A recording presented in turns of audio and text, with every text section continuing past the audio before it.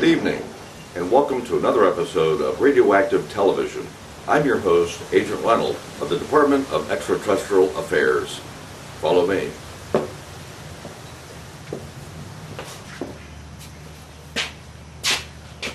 Tonight's episode, Killers from Space, stars Peter Graves in the 1954 tale of alien invasion, abduction, and animal experiments. One of the first of its kind to do so, and we hope you'll find it shocking on tonight's episode of Radioactive Television. I'll be back later to monitor the alien status and to check on the status of Radioactive Television itself. I'm Agent R.O.N. Enjoy the show.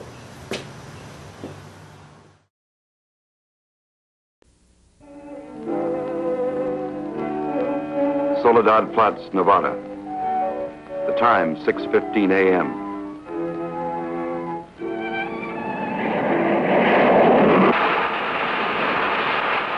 Climax of arduous planning. Operation A-bomb test underway. Detonation minus 2 minutes. Military personnel, from buck private to top-ranking brass. Men from research and news services move into position. The bomb-carrying plane makes its initial run. Radar with eyes that never sleep. Special equipment go into operation. All orders are carried out with split-second precision. Warning is given to all commercial aircraft to stay out of the test area. Detonation minus 70 seconds. Planes take to the air, carrying sensitive instruments and nuclear scientists, ready to record the radioactivity from the closest possible vantage point. Detonation minus 40 seconds. The bomb-carrying plane nears the target. Tension mounts as all members of the flight crew anticipate the task to pinpoint the bomb on a tiny circle of Earth below. Now the plane wings its way toward ground zero. Warning signal is sounded. All observers prepare for the blinding flash of the bomb. Detonation minus 20 seconds. Command of the plane is given to the bombardier. Ground zero dead ahead. The key man now goes into action. Bomb bay doors open. Detonation minus 10 seconds. 9, 8, 7, 6, 5, 4, 3, 2, 1, 0.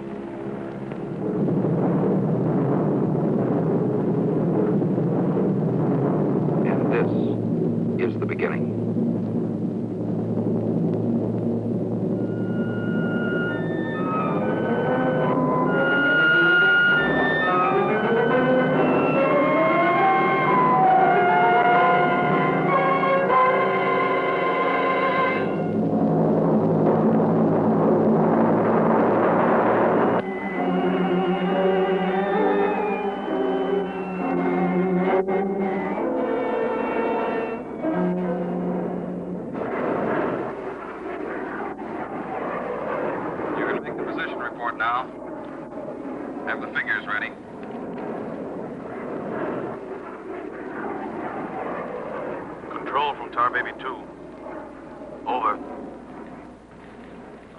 Baby 2. We're circling ground zero at radius of 7.5 miles. Altitude 15,000 feet. Airspeed 450. Stand by. Roger and over. She's all yours. This is Dr. Martin. Here are the readings. 0.378 negative. Second indicator. 1.08 negative. Radiation 0.4. Over. Roger, proceed according to plan. Wilco and out.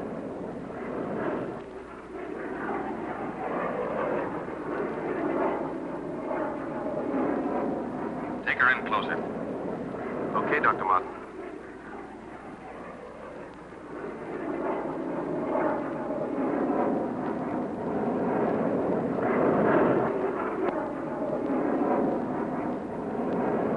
Have to keep at least 2 miles from the center of the column. Radiation was too strong. What's that thing shining below? Looks like a fireball. Better check.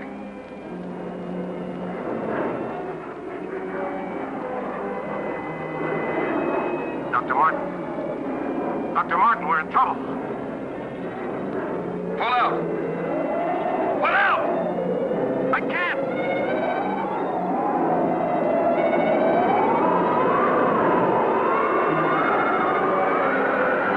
The controls are frozen!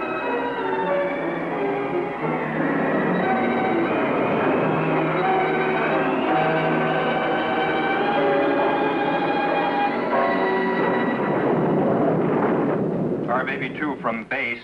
Come in, Tar Baby 2.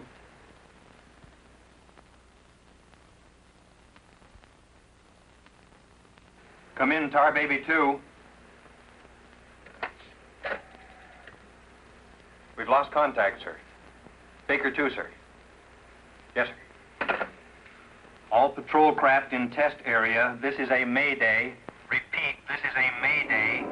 Proceed to segment Baker 17. Search for Tar Baby 2.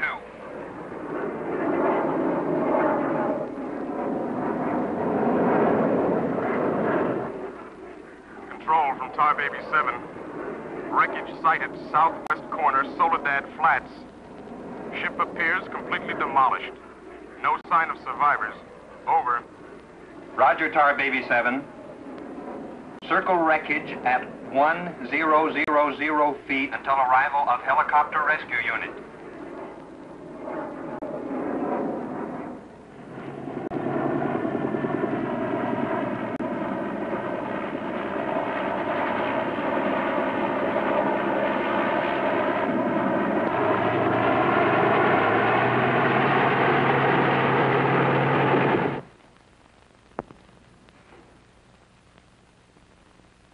Dr. Kruger, Colonel Banks speaking. Would you mind coming into my office right away, please? Thank you. As I was saying, our search planes found the wreckage of your husband's plane, Mrs. Martin. A rescue crew was sent out, but... But they must have reached the wreckage hours ago. Why can't they find him? I honestly don't know, Mrs. Martin. Yes, come in. Ellen. Kurt. Colonel Banks. Isn't there any hope? I'm afraid not, Mrs. Martin. They found the pilot dead in the wreckage. And according to all reports, no one could have bailed out. I'm terribly sorry, Mrs. Martin.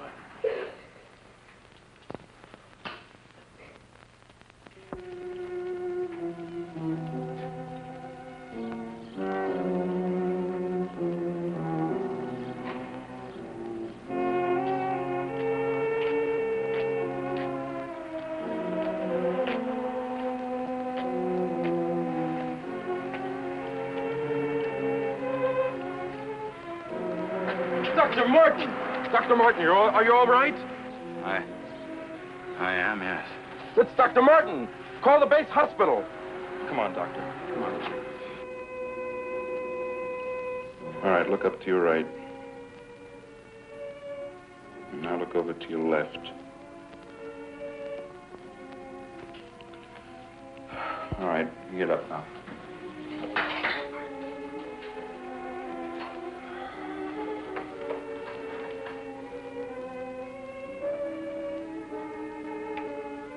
Well, everything seems all right. Except, can't you recall anything that happened from the time your plane crashed until... I remember the controls froze. The next thing I saw was the main gate of the base. Your plane was completely demolished, the pilot burned to death, and you show off the picture of health. Are you sure you weren't driven here? Positive. You don't remember where you got this? Mm-mm. You know, your medical chart shows no indication of any scars on your body. Well, I must have got it in a crash. Now, this was surgery. A very skillful incision. I've never had an operation. Now, that's what I don't understand.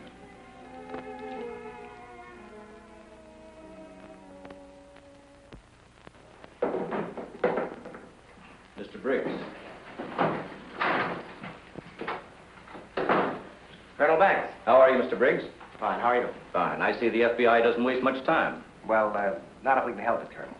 Oh, you know our base surgeon, Major Clift? Sure. How have you been, Major? How do you do? Well, I guess you gentlemen have business to discuss. Oh, no. This won't take a minute. Sit down. Sit down, will you please, gentlemen? Cigarette. Oh, thank you. I understand you've already talked with Dr. Martin. I just left him. You know, Colonel, according to my files, Dr. Martin is just about the key man on this nuclear project. Yes, along with Dr. Kruger, he is. Well, I know they're both good friends, and, well, both have knowledge and access to top-secret information. Well, that's very true, but that's no reason to suspect that Well, we can suspect anything, Colonel. Until Dr. Martin accounts for every minute from the time of the crash. The shock must have caused a mental block. His mind doesn't want to remember the details. The origin of the scar on his chest, how he got back to the base under his own power. Did you ever stop to think that perhaps this Dr. Martin isn't really the Dr. Martin? What are you getting at? What I mean is that this man could be an imposter.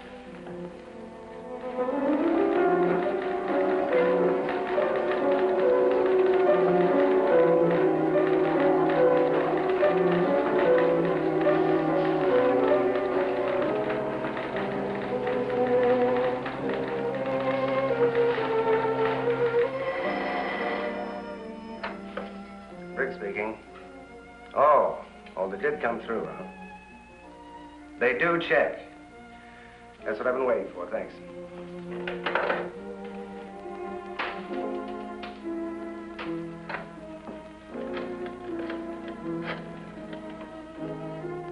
Get me Colonel Banks at the base, please. No, I'll wait. Oh, yes, Mr. Briggs. Any news on the line you were getting on Dr. Martin? Just heard from Washington. Well, I was wrong. This is our man, all right. His prints and description check right down the line. Now, here's what I suggest you do. But you say he's in excellent physical condition, yet you're keeping him in the base hospital. Why? Mrs. Martin, you must realize that your husband is engaged in a highly secret work. If this experience had, well, affected his mind... Are you trying to tell me that Doug is... No. It's nothing serious, Mrs. Martin. His reflexes are excellent. Except for that one lapse of memory, his mind is perfectly clear. Isn't that natural under the circumstances? Yes. Except for the question of the scar on his chest. I know he didn't have it before the crash. Well, I'm sure he didn't, Mrs. Martin. But you see, it would be impossible for a wound of this size to have healed so quickly and without medical attention. Well, you can't keep him here indefinitely. Well, we don't intend to. We've asked you to come down here because we've decided to let you take him home, provided you can keep him quiet and he gets enough rest. I understand. Now we'll just have to take that vacation he's been wanting for so long. Vacation? To watch him, you'd think you never heard of one. Yes, he must have asked me 100 times when the next test was scheduled. He's anxious to take his own readings again. Well, he did have a key part in the planning of these projects. Well, is there anything he should or shouldn't be allowed to do? No. Except he does need diversion. Anything that won't upset or excite him. I see. Movies, bridge, drives, things like that. Well, you're the doctor now. Just see that he gets plenty of rest. Thank you. Goodbye, Colonel. Goodbye. See you later, Major.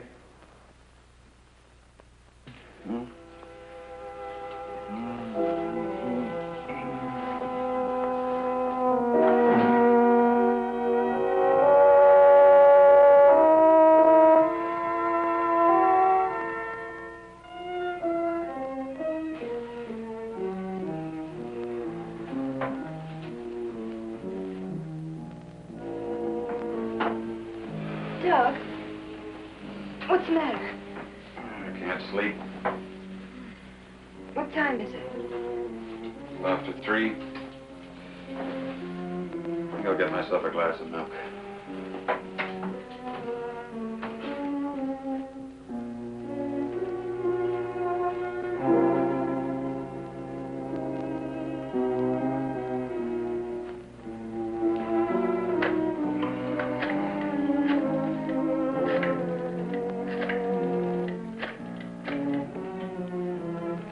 Give me squadron operations. Duty desk, please. Helen, what did you get up for? This is Dr. Martin calling. Who is this speaking? Sergeant Bandero. Anything I can do for you, Doctor? I wondered if there were any last-minute orders on another atomic test. What do you mean you can't tell me? Sorry, sir. Regulations. I can't give out information to anyone. No, sir. It won't do you any good to come down. All right, we'll see about that.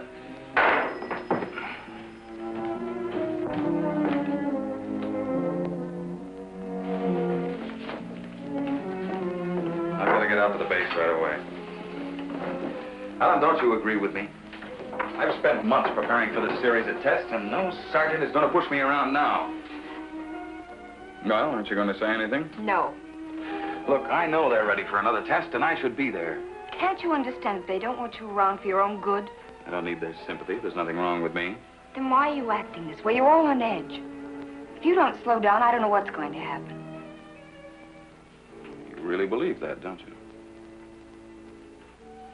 Look, Doc, if you won't take it easy for your own sake, please, do it for mine.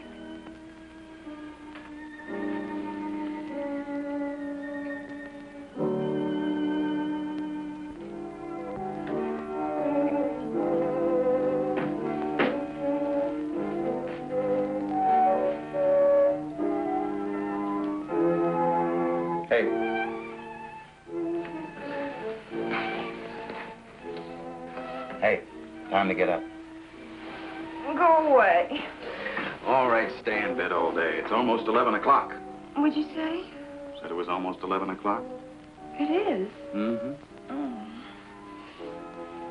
You go put the coffee on while I get dressed.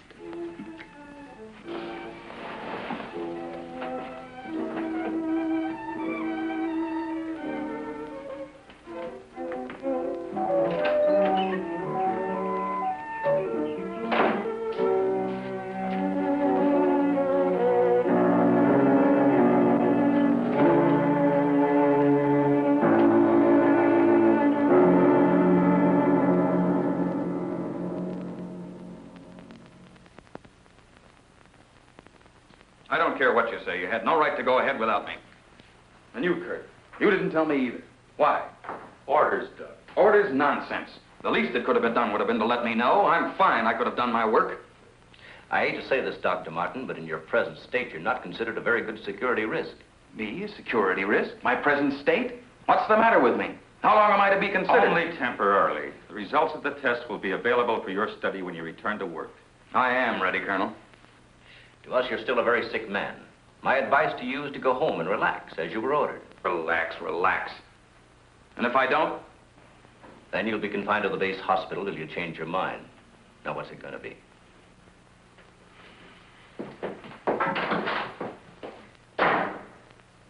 Well, Doctor? Oh, Dr. Martin. I didn't expect you back so soon. Haven't you heard? I'm a mental case. Can't even be trusted with my own work. Liable to go berserk at any minute.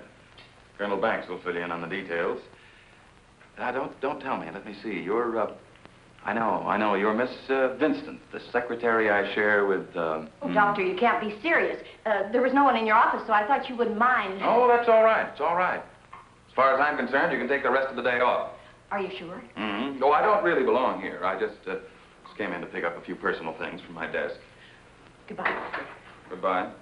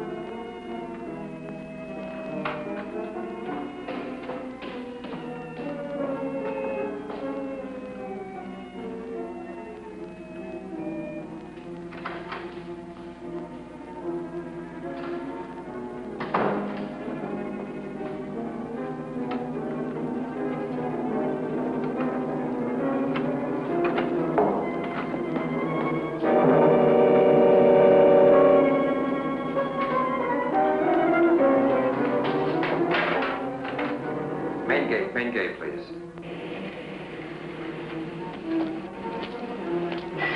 Just a minute, Doctor. Main gate, Sergeant Powers. Dr. Kruger? Dr. Kruger, Dr. Kruger. No, he checked out. Yeah, about 20 minutes ago. Okay. Sorry to keep you waiting, Doctor. That's all right. Okay, Doctor. Will you sign out, please? We'll post a couple of men outside of Dr. Kruger's office. Get me Colonel Banks at the Officers Club. Thank you, Doctor. Good night.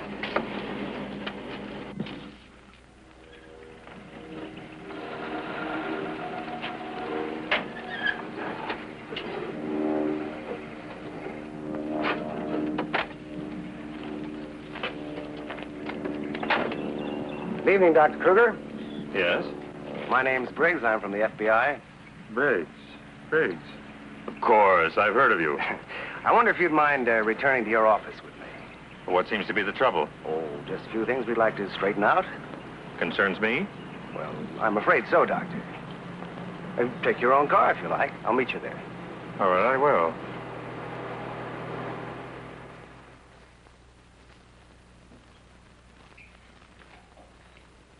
The papers seem to be intact. Is this all classified information, Doctor? Of course. You know, according to security regulations, that vault should have been locked before you left. But I'm certain I did lock it. All right, then tell me this. Who besides yourself has access to the combination? Well, the colonel here and Dr. Martin. Dr. Martin. He was in the building this afternoon. That's right. We saw him in my office. He left around 4 o'clock on orders. He dismissed his secretary a few minutes later, but he didn't sign out of here till 20 minutes after you left. After I did? Well, there must be some mistake. I personally checked his office just as I was leaving, and he wasn't there. You always do that, Doctor? No, but Dr. Martin has been acting, well, quite strange of late. Yes, he certainly has. His wife telephoned to say that he hadn't come home as usual. I was very much concerned about it. So am I. He still hasn't shown up yet.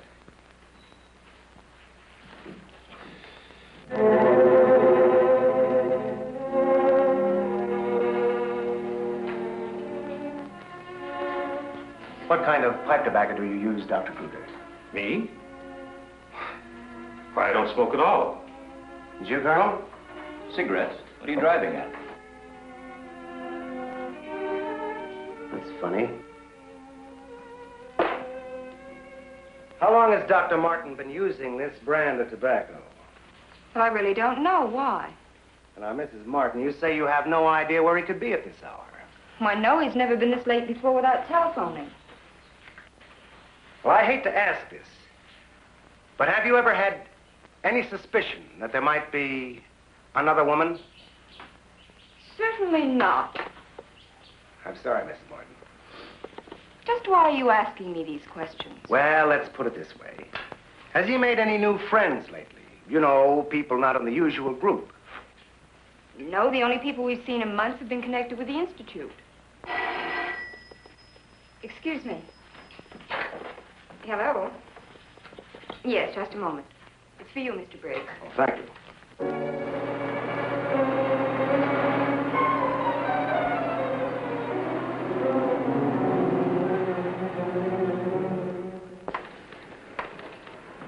All units in Sector 7, Code 4. Repeating, Code 4. Be on the lookout for two-tone coupe. License number 1W67713. Repeating, all units, Code 4. Missing, Dr. Douglas P. as in Paul Martin, male Caucasian, 32 years of age, height 6'3", weight 195 pounds, color of hair blonde, color of eyes blue. Last seen driving coupe, license number 1W67713.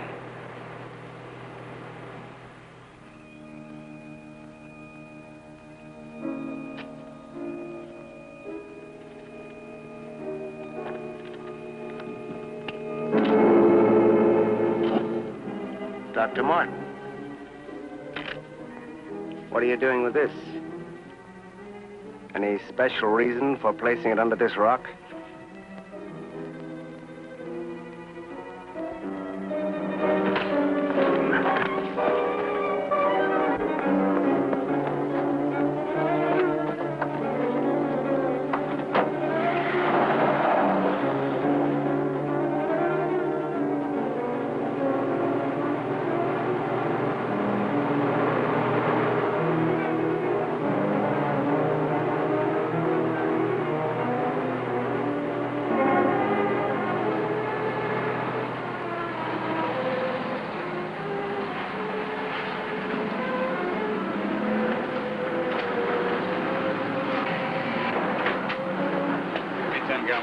Okay.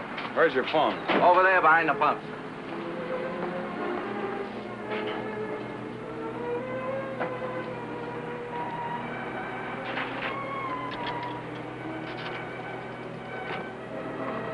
Operator, give me Crestview 95359.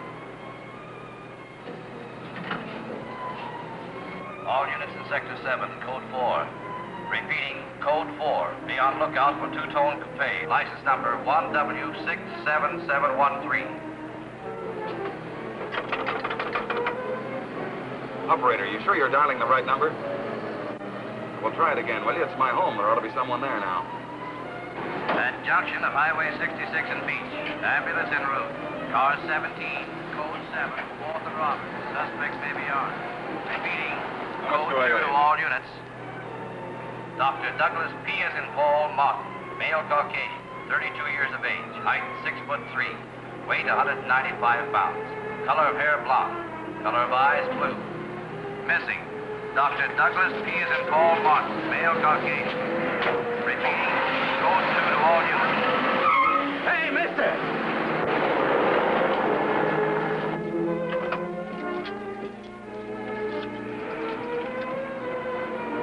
Operator, give me the police, quick.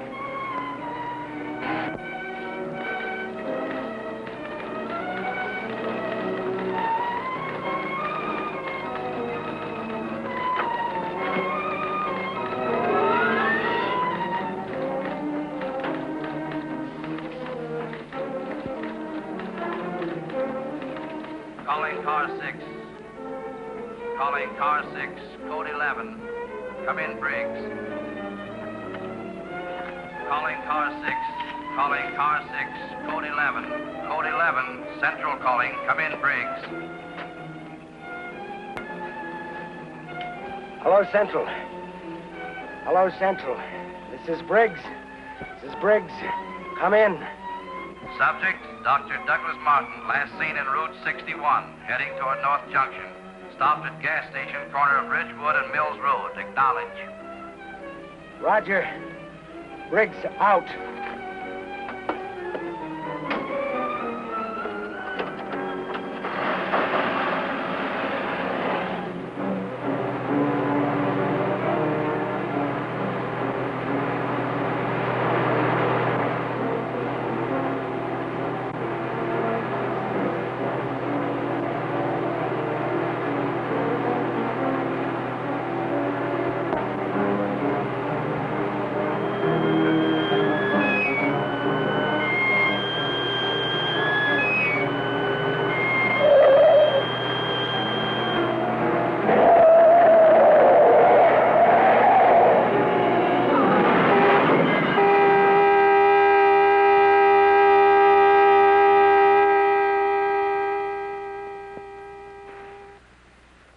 They're here. They're going to...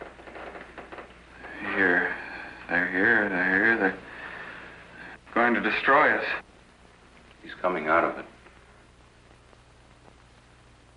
It's all right, Dr. Martin. You're with friends. You'll be all right. Now, let me go. Let me go. Steady now, steady, Doc. He'll kill everyone. We've got to stop now. Easy, Doug, easy.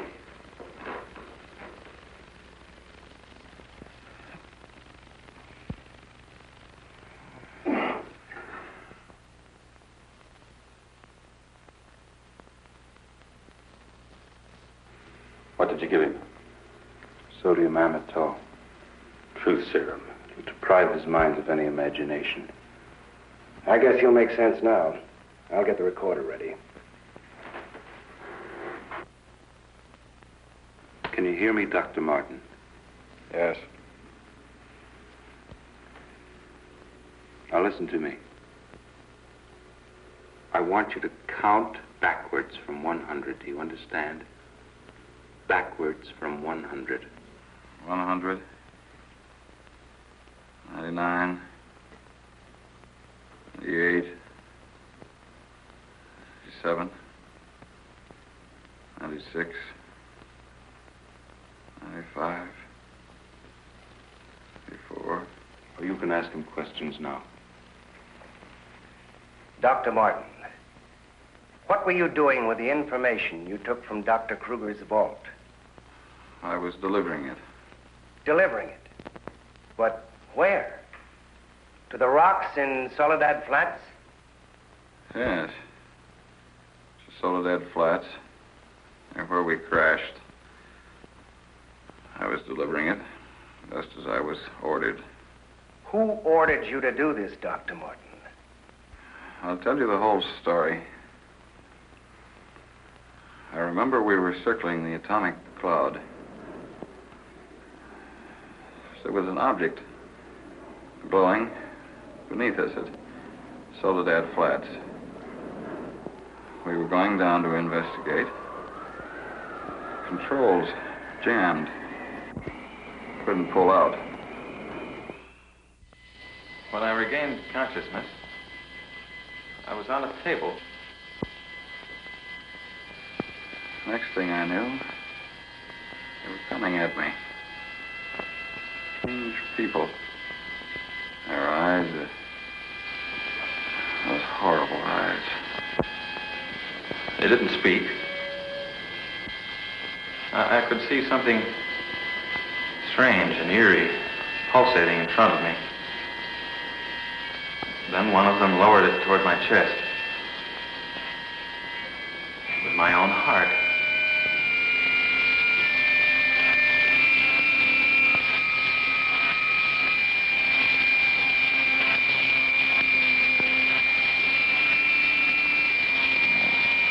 What happened? What is this place?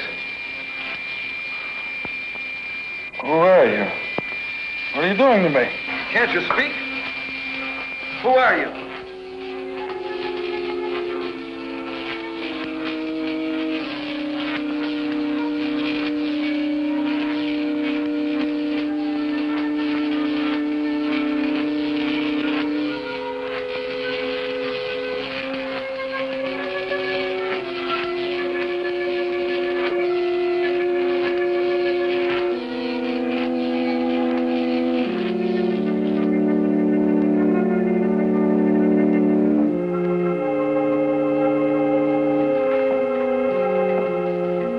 Step forward.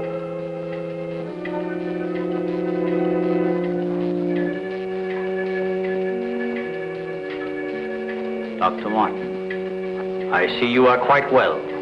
You have recovered from your unfortunate accident. Who are you? A scientist, like yourself. Where do you come from? From a planet, yet unknown to you. You know my name. You speak English. We speak every language. You can't expect me to believe that. I'm getting out of here. Stay where you are.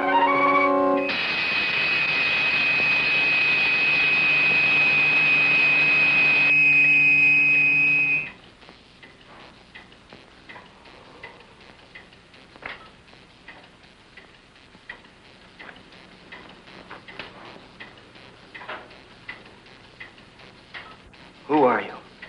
I have already told you that. How did you get here?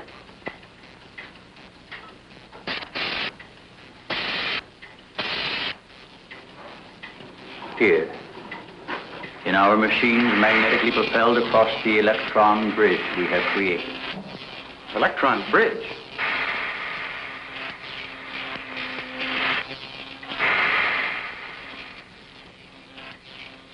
You mean you come and go, just like that? Without anyone ever seeing you? Our ships have been sighted on numerous occasions by your people. Then why haven't we been able to track one down? We have a warning system similar to your primitive radar. Our machines are set to change course at the mere approach of a pursuing object. Let's say I do believe you. Where are we right now? In a cavern within the upper crust of the Earth. How long have you been here? Since the beginning of your experiments in nuclear fission. What have you got to do with that? We are accumulating the energy released with each of your atomic explosions. One moment.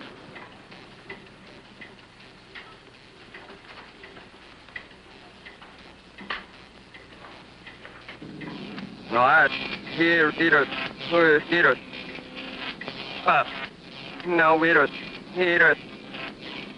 I let it now, Nino. Never seen no. Yeah, I read it. Yes, Nino. Yeah, Pino. How's needed it? What was that?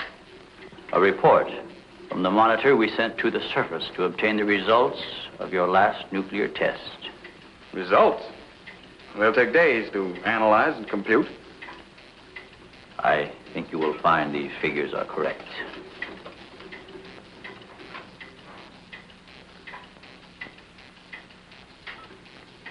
Can't believe it. Where is that man? You don't recognize the area? No. He is in the vicinity where you crashed.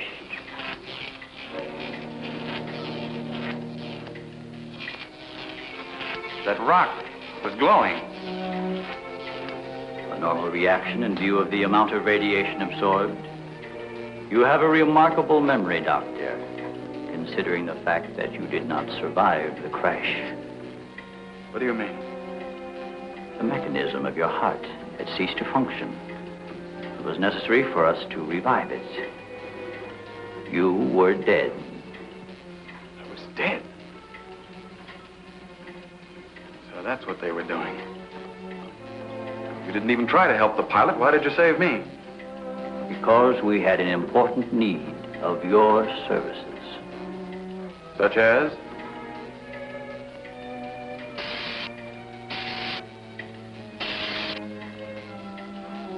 Look this way, Doctor.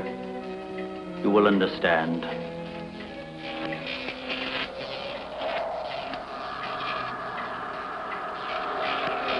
Here, Doctor. You are the first of your world to be looking at our solar system, the Astron. This is our planet, Astron Delta.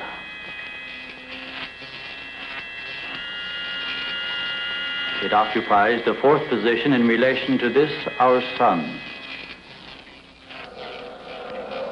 Yes, go on. During the 23rd time rotation, our sun began to die.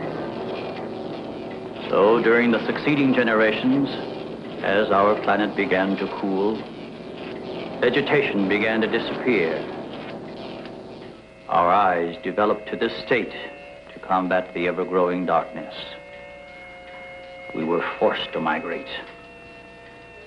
You left your planet? Where? We invaded these neighboring planets. They were nearer to our sun.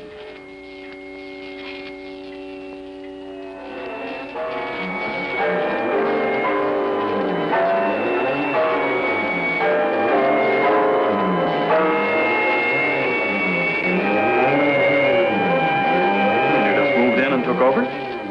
How many of you? All of us, well over 1 billion. There were feeble attempts to stop us. But we were prepared for such contingencies. And now that our sun is about to completely expire, we must move again in order to survive. Yours is the only planet in this solar system capable of supporting our civilization. This is fantastic. Over 1 billion of you trying to come here to Earth. We have no alternative. We have been putting our plan to work for some time. At the proper moment, the invasion will be launched from our platforms, which are being readied in space. Nothing can stop us.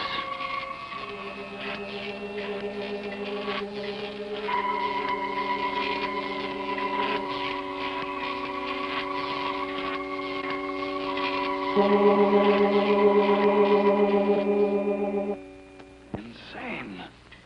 This is ridiculous. You cannot find your way in or out of this cavern. Do not try to leave.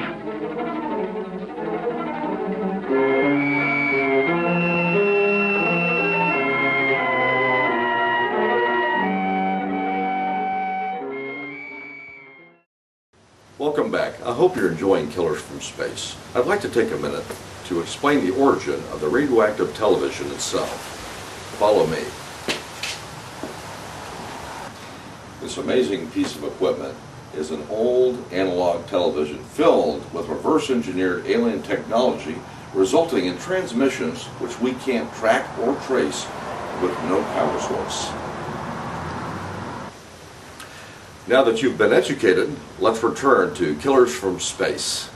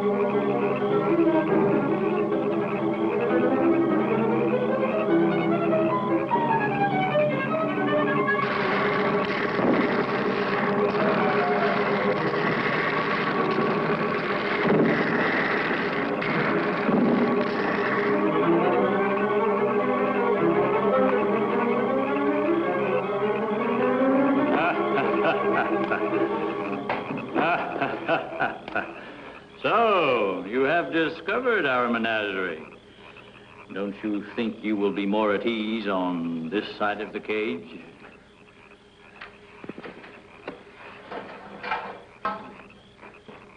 It's horrible. What are you doing here? We are breeding our, shall I say, armies. Those carnivorous insects and animals? What have you done to them? Their growth is due to a change in their genes.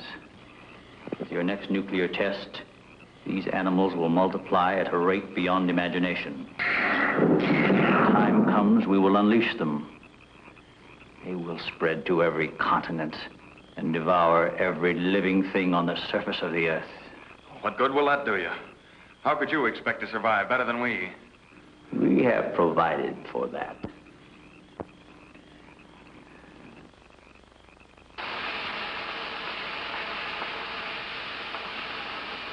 No, Doctor. Look over there.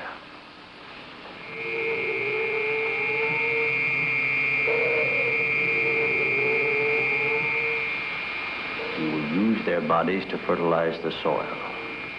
Vegetation will rise up in abundance.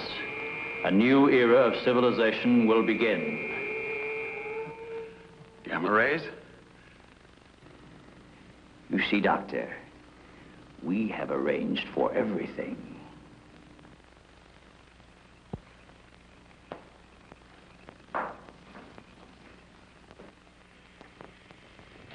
Wait a minute. All this equipment? Our nuclear storage units. To date, we have accumulated several billion electron volts as a result of your atomic explosions. Several billion? Why, a chain reaction at this point could release enough unstable isotopes to create a new and powerful element. Might be impossible to control. True. An element that will never be known by your scientists. I can assure you the strength of this new element will Why, be... this is a powder keg. Could go off at any minute. I assure you, Doctor, we have everything under our complete control. What force could possibly be strong enough to harness the... You control your whole operation by electricity. Of course, no generators. That means you're getting your power from somewhere on the surface. It must be passing through here. You have heard enough, Dr. Martin. Step inside. All right. What do you want from me? You will have access to advanced information relative to the time and strength of the forthcoming atomic tests. What about it? You will provide us with that information as soon as it is available. I see.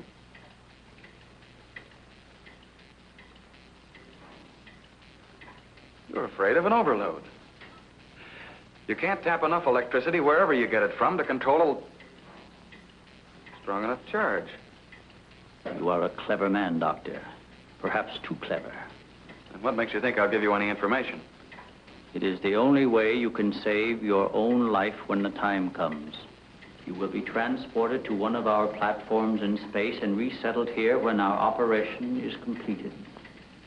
You're asking me to sabotage the entire world, 3 billion people. They are doomed in any case. Yeah? I guess there's no alternative. I'll have to do as you say. You are lying, Doctor. Your only wish is to betray us. No. I know. Your thoughts have been recorded. Lie detector? Call it what you like. You force me to resort to other methods. I will contact our space station. You are an unwilling subject, Dr. Martin. What? Who are you? I am Vitala. You will listen and obey. No, You will listen to my orders and obey me. You will listen and obey. Listen and obey. You will remember nothing you have seen or heard here. Nothing but my orders which you will obey. Yes. You will obtain the data and bring it to the stone near the place where your plane was wrecked. To the stone. What have you seen or heard here? What have you seen or heard here? Nothing. Repeat my orders. I will obtain the data and bring it to the stone.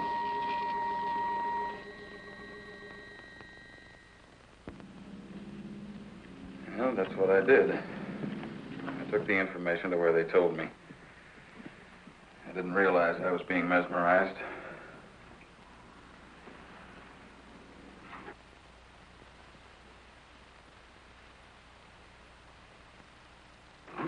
Why doesn't somebody say something? Don't you believe me? Kurt, you understand.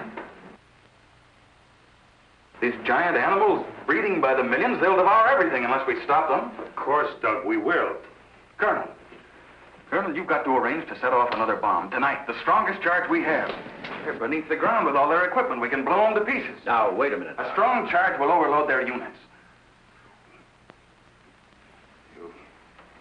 You'll believe me, Colonel?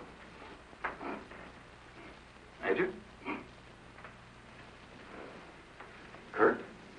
Of course we do. Easy, Doug, easy. You think I'm crazy, all of you.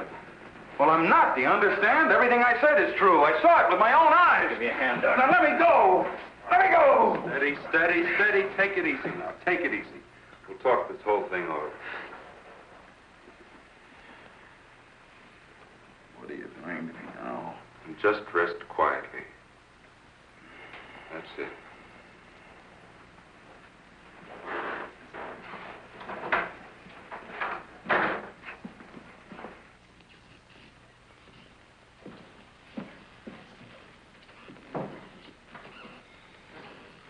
Mrs. Martin should be along any minute now. She went for their car. What'll I tell her? Well, he's in a state of shock. Tell her he's resting quietly. If you'll excuse me, I think I'd better wait for her at the information desk. Well, Dr. Martin seems to be indestructible, except for those hallucinations. Those weren't hallucinations, Colonel. Under the influence of sodium amytal, a patient loses all control of his imagination. Well, then he shouldn't be able to fabricate those stories. That's right. Major, you're not trying to tell us that everything he said was true. Look, gentlemen, I can only give you the medical facts. As for the rest, you'll have to decide for yourself. Excuse me, please.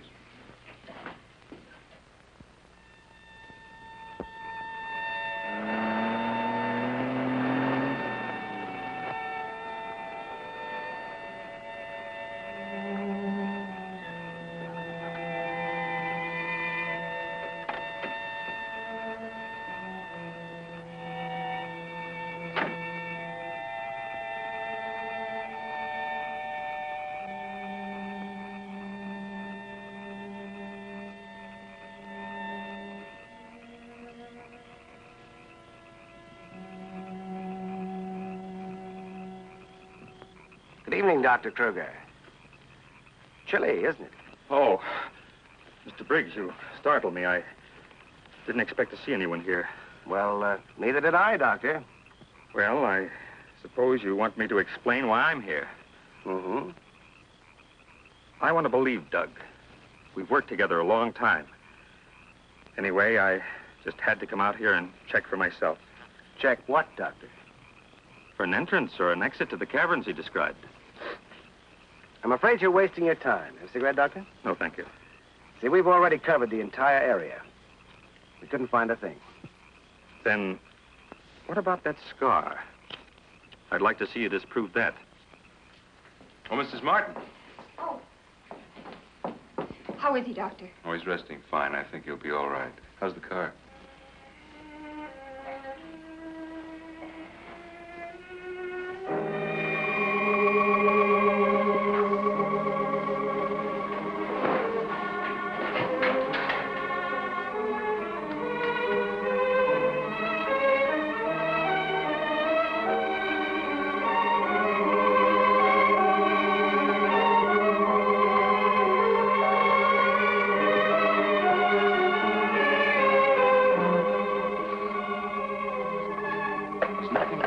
Keep away from me.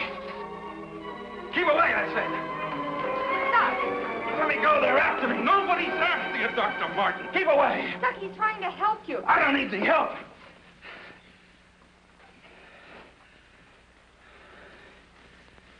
I want to see Kurt right away. Now, you control yourself. And I'll call him just as soon as you get back to your room.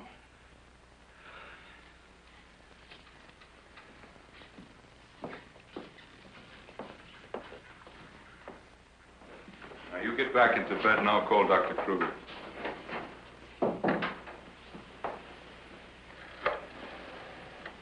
I've got to figure something out before he gets here. Need a pencil, some paper, and a slide rule. I'll see that you get it. Oh, can I have Dr. Kruger, please?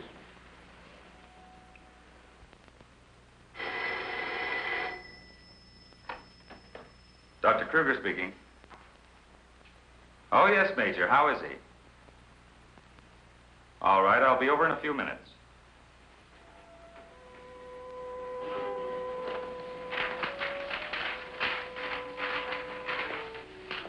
Doug.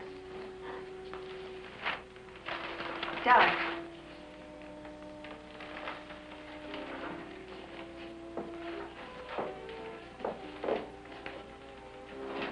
Doug.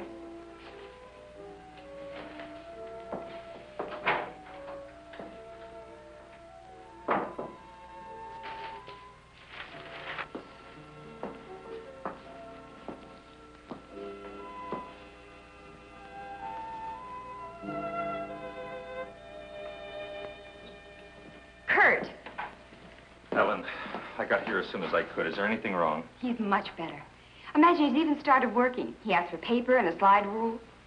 That's interesting. Wonder what he's up to. Formulas, equations. Anyway, whatever he says, pretend to agree with him. Major Cliff's orders. Of course. Doug. Doug, Kurt's here. Hello, Doug. Just a second, I'm almost finished. I'll take your hat. Thank you.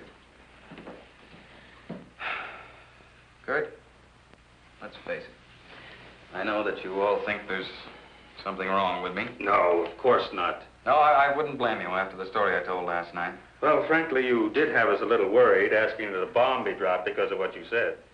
You don't believe me either. Kurt, I tell you, I've been there. I've seen what they're doing, breeding animals into carnivorous monsters. But I don't need a bomb to stop them. I've figured it out. It's all here. Now, look. Here's the nuclear strength of our last test. And this is the amount of electricity needed to control it. Let me see that. I had to estimate the conversion rates of their transformers. These figures are correct. Such transformers must operate on a constant supply of electricity. Where could they get that much electric power? Only one way. They must tap it from the main lines of the powerhouse. Could do it by parallel induction. Nobody'd ever know the difference. All we have to do is to cut it off. Cut off the power? We can't do that. It would cause untold damage for miles around. Such a power stoppage must be planned in advance.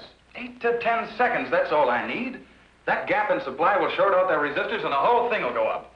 But you won't go along with that. No, not you. Doug, get back in bed. Grab the car keys there. Now look, you're carrying this out of my way. Doug!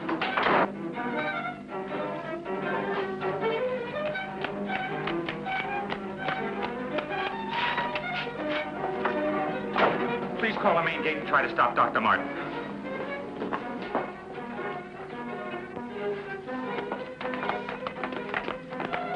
Doug took the car. Hurry. Dr. Martin! Stop! Stop! He did what? How long ago? Right, we'll leave immediately. What's wrong, Colonel? Dr. Martin, he's on his way to the powerhouse, wants to cut off the power supply. Let's go.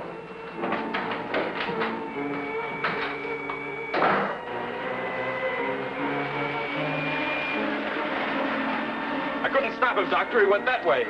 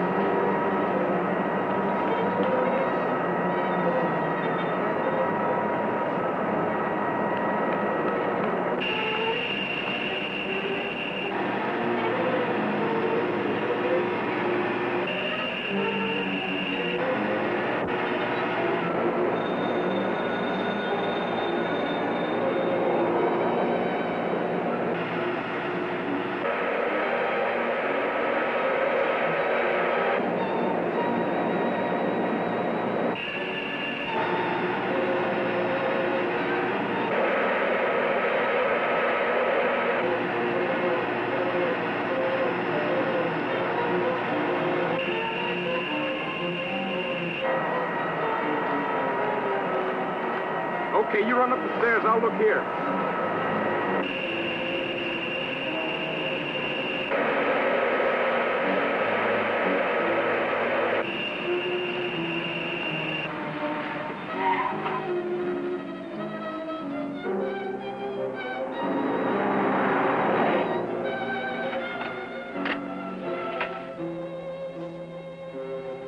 There's his car. Come on, hurry.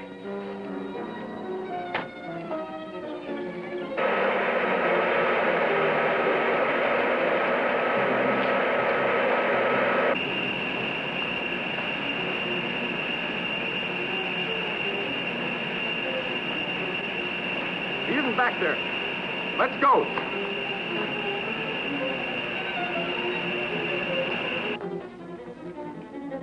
Where's the driver of this car? He went into the building.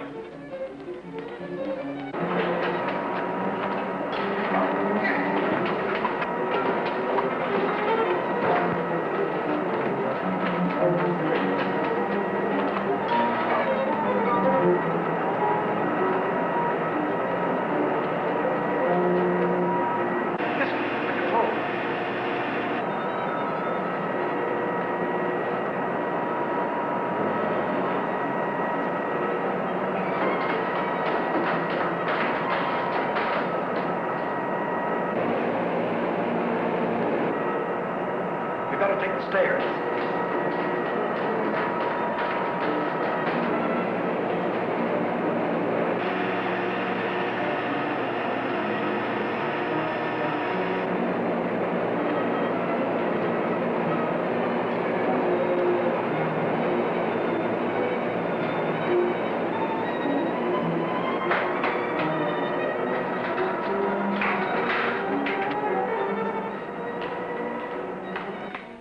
want? Where are the main switches?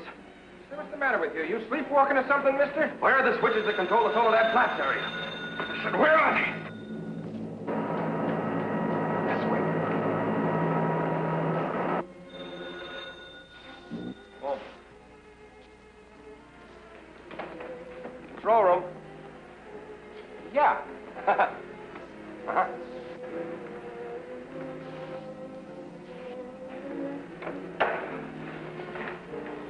Come on, show me those switches. Come on. All right. Cut that power. Now look, mister, be reasonable. I said cut it.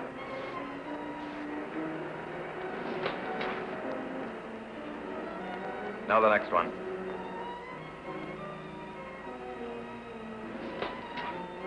Next. Go on. That'll turn the power off for 100 miles. Do as I say. Here it is.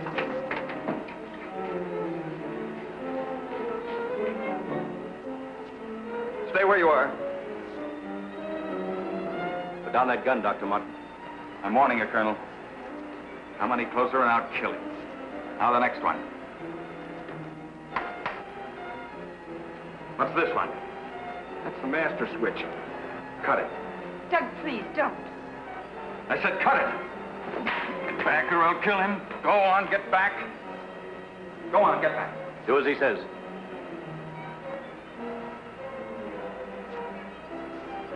Give me 10 seconds after I cut the power. If I'm insane, nothing will happen and you can do what you want with me. But if I'm right... Now. 1, 2, 3, 4, 5, 6, 7, 8. Over here.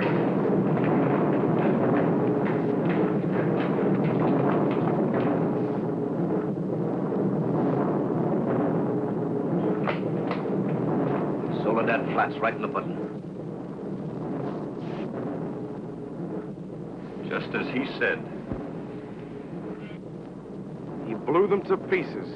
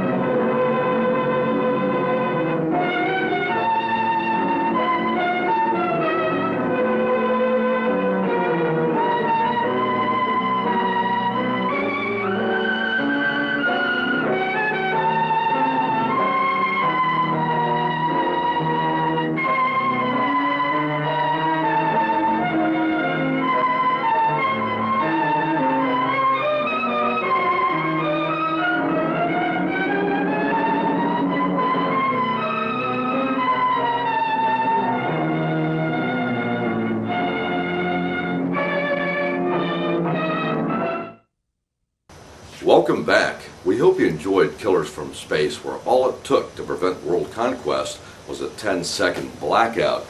This time. Join us again next month for another episode of Radioactive Television. I'm your host, Agent R.O.N. Good night.